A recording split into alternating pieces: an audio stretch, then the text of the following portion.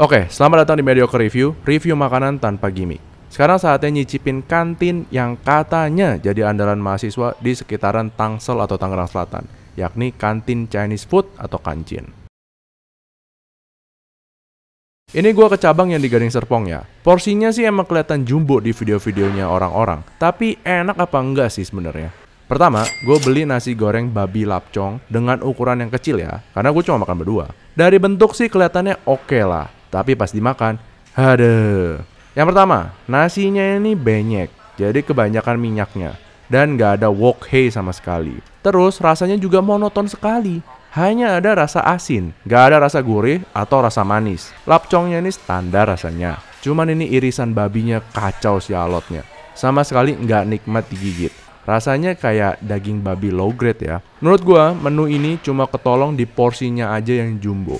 Jadi gue cuma bisa kasih ya 5,5 dari 10. Kedua, gue pesen sapo tahu seafood. Kalau lihat sekilas, mungkin ada yang notice kalau kuahnya ini encer ya, tidak kental. Ya sebenarnya gue nggak masalah sih mau encer apa enggak, kan itu tinggal kita nambahin larutan maizena aja kan. Cuman ini kok saus tiramnya sama sekali nggak berasa ya. Untuk tahunya sih fine, lumayan lah bisa dapetin warna golden atau keemasan.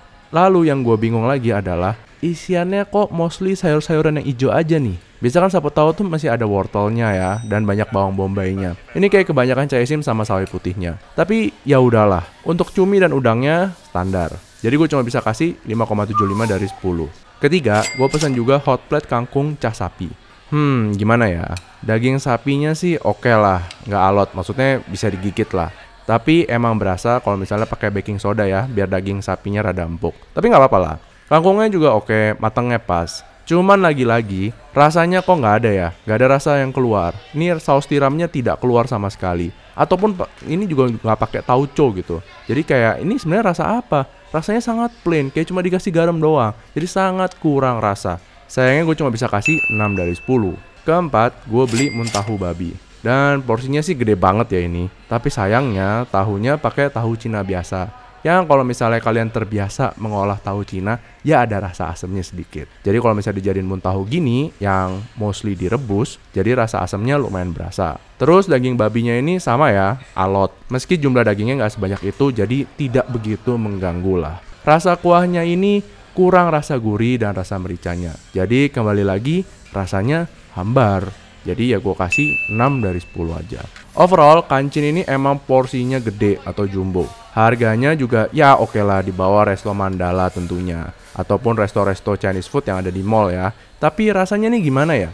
Kayak nggak pakai bumbu-bumbu. Cuma pakai garam atau mecinnya sedikit aja. Atau mungkin jumlah porsinya gede tapi takaran bumbunya nggak ditambahin kali ya. Entahlah, gue nggak tahu.